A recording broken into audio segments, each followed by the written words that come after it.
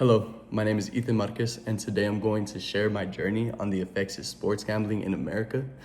This project has been both challenging and eye-opening, and I'm looking forward to walking you through my process of how I went about selecting this topic to the new knowledge I gained along the way. For this project, I chose to research the effects of sports gambling, specifically examining how legalized sports bettors impact both viewers and athletes in the post-2018 era. I selected this topic for several reasons, many of which are interconnected with one another. As someone who follows sports closely, I've noticed a dramatic shift in how sports events are marketed and consumed.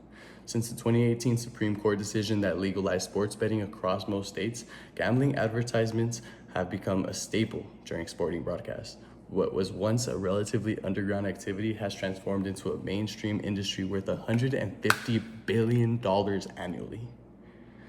But my interest goes beyond just observation. During my research, I encountered some truly heartbreaking information. I read about college athletes receiving death threats from people who lost money betting on their games. I learned that 25% of sports bettors report being unable to pay their bills because they use that money for gambling instead. I discovered that searches for professional gambling addiction helped surge by 23% following legalization.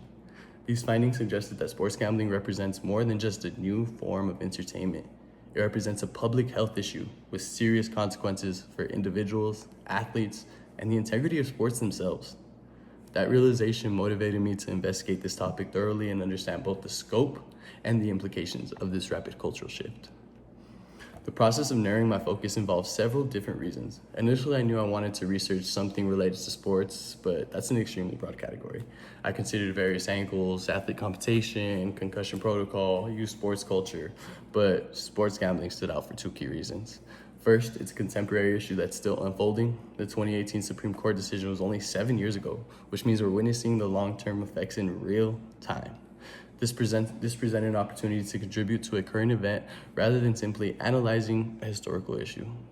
Second, I recognize that while there's substantial research on gambling addiction, the specific intersection of sports culture, mobile technology, and legalized betting is relatively new territory.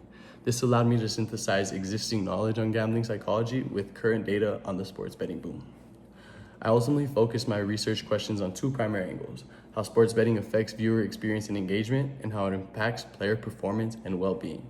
This framework gave me the opportunity to analyze the situation from both perspectives. For Module 4, I collected sources for my annotated bibliography using an extremely strategic method: UTEP databases. I began by accessing EBSCOhost to find peer-reviewed research. However, I quickly realized that because sports betting only became widely legal in 2018, there wasn't as much academic literature as I would have hoped for. Thankfully, there has been hundreds of articles written on sports gambling that have been posted on websites and forums all across the web. To refine my searches, I use specific keywords instead of broad terms like sports gambling. I searched for sports betting addiction rates, gambling death statistics, athlete harassment betting, and fantasy sports gateway behavior. This specificity helped me identify the most relevant material. Ultimately, I believe I collected 6 different sources, all with their own benefit: 2 peer-reviewed journal articles, which provided theoretical ideas and concrete data; 1 study which examined how young adults aged 18 through 24 perceive betting promotions and found that sign-up bonuses and bonus bet offers significantly influence gambling behavior. Another analyzed the connection between fantasy sports participation and sports betting, finding that 65% of fantasy sports players also play sports bets. I also got 3 investigative pieces from CBS News, CNN, and US News and World Report, which provided current statistics and real-world impacts. The CBS article documented that 23% increase in gambling addiction helpline searches since 2018. The US News survey revealed that 25% of sports bettors cannot pay their bills due to gambling expenses. The CNN investigation examined the rise in harassment and death threats directly at athletes by angry bettors. One particular challenge I faced was balancing academic credibility with current relevance. Academic publishing has a delay. Studies conducted in 2023 might not be published until 2024, 2025.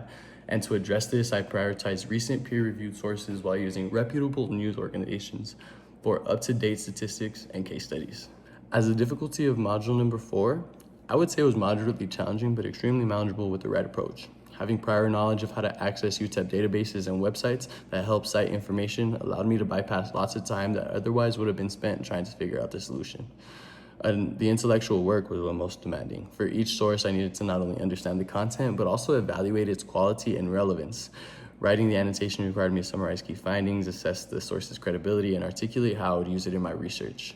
By the fourth or fifth annotation, I had developed a rhythm and template that worked. I could see how the sources were building upon each other and forming a comprehensive picture of sports gambling effects. This sense of progress made the work truly feel purposeful rather than tedious. Creating the video presentation has been an interesting departure from traditional academic writing. However, I felt I was highly prepared for this presentation because not only do I do better on camera, also certain information carries more weight when delivered directly. When I say that 1 in 4 sports bettors cannot afford their bills because of gambling, or that college athletes receive death threats from angry bettors, the directness of video conversation emphasizes the severity of these issues in a way that written text could not. Overall, I truly extremely enjoyed this format and it has been valuable practice in communicating research to different audiences through different media. The step-by-step research process taught me several valuable lessons that extend beyond the specific project. First, I learned the importance of developing a focused research question. My initial question, what are the effects of sports gambling, was too broad to answer effectively. Refining it to examine specific impacts on viewers and athletes gave me clear direction and a manageable scope. Second, I learned that research is like detective work. I didn't simply find sources, write annotations, and move forward linearly. Instead, each source raised new questions, revealed angles I hadn't initially considered. Initially, I learned that research is about creating meaning and understanding. By the end of this process, I didn't just have a collection of facts. I had a genuine insight into the significant public health issue. I understood different psychological mechanisms that sports betting companies use to encourage addictive behavior and the ability to develop informed opinions about policy. This depth of understanding feels meaningful because it moves far beyond surface level awareness into substantive knowledge. Beyond this specific project, the course as well taught me several broader lessons. Most importantly, I developed an appreciation for intellectual curiosity as a driving force. The most rewarding aspect of this project came from the following questions wherever they led, even when they meant revisiting my initial assumptions. That openness to discovery and the willingness to let evidence shape your conclusions is essential for honest intellectual work. On a practical level, this course taught me project management skills.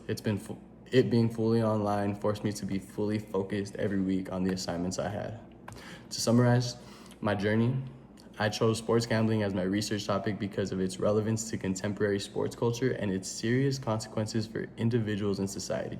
This process taught me valuable research skills, critical thinking abilities, and the courage to engage in conversations about complex social issues.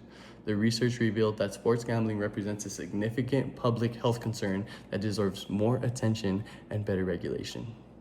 Hopefully this research contributes to broader awareness of these issues or can at least influence how people think about sports gambling.